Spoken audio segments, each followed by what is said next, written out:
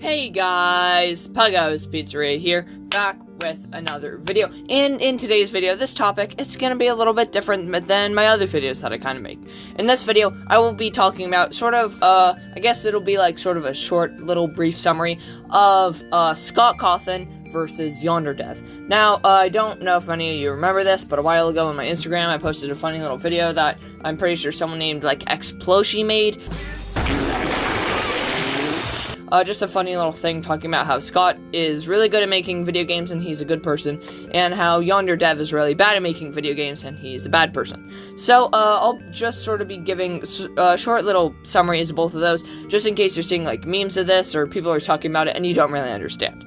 So, starting off with the good, because the video is called The Good and the Bad. The good is Scott Cawthon. Now, Scott Cawthon, as I'm pretty sure most of you know, he made Five Nights at Freddy's based off of one criticism of his game, Chipper & Sons Lumberco. That game got one little piece of criticism, and he decided to take it fully to heart. It was some game reviewer saying that the game was scary and they looked like creepy animatronics.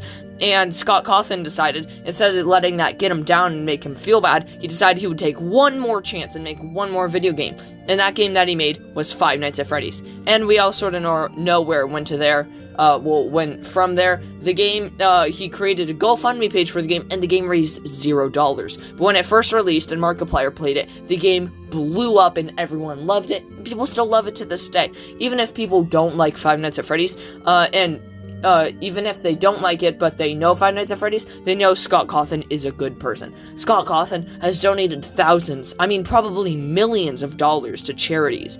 Like, almost every big live stream that he joins, he donates $100,000. That could be like a third of how much your house costs or something. It really is a lot of money. And Scott Cawthon is constantly making new games, new books, movies, other things, all for the FNAF community, supporting other creators who make Five Nights at Freddy's, like, sort of clone games, creating even its own genre of Five Nights at Freddy's games. Whenever you play a point-and-click survival game, it's known as a Five Nights at Freddy's game. Scott has truly made a giant impact on the world, and he will probably have the most popular indie game forever, which is going to be Five Nights at Freddy's. Basically everyone knows Five Nights at Freddy's. Five Nights at Freddy's was bigger than the internet at one point.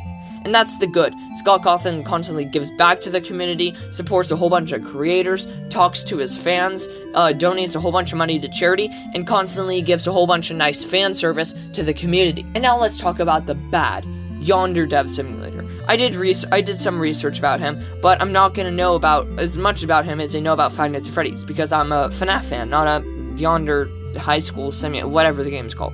Not a fan of that. I sort of just recently found out about it, but, so some of the information that I may be talking about may be a little bit wrong. Just fact check it if you want to talk about it, I guess. So, YandereDev started making his game around the same time that Scott Cawthon made his game, around in 2014. And when he started making his game, originally it received a lot of love from, like, those green text posts on, like, 4chan, I think that's what it's called, I'm not sure, about some crazy girl killing people for attention for her senpai. And then, from all the attention he got from that, he decided he would make a game. Now, Scott Cawthon, he had tons of previous work in video games. He made tons of video games that all failed. But he still made tons of games, and he knew how to make a video game. Unlike YandereDev, this was his first video game that he ever made, and that would have been a good excuse a few years ago. But he did start making it back in 2014, and surprising to a lot of people, the game still isn't fully released. Even though you might have heard about it a lot, you may have heard a lot of things about it, the full game still isn't released. He's been working on this game for 6 years. Yeah, you heard that right. 6 years. This one guy has been working on the game. And let me tell you, this guy, he really is sort of a creep. A while ago, he made the weird chalice meme on a low-quality camera. That's still sort of a meme today. It's still kind of funny. But in recent live streams, he made some really creepy comments about anime girls or something, and, you may be thinking, oh, well, Puggo, it's been, like, 6 years, he's gotta be working hard on this game. And the truth is, he's not. He is streaming every single day. He is doing daily streams. And, I mean, years ago, he definitely had enough money to make the game because he had a whole Patreon and people are buying his merch and donating to him and a whole bunch of other things. But he is doing daily streams. Like, not streaming of him making the video game. Just him streaming, just doing whatever he wants. Of course, he doesn't get very many viewers because, I mean, who would want to watch him? But, he even has his own Discord server, like mine, except mine is better than his. He bans people for any little bit of criticism.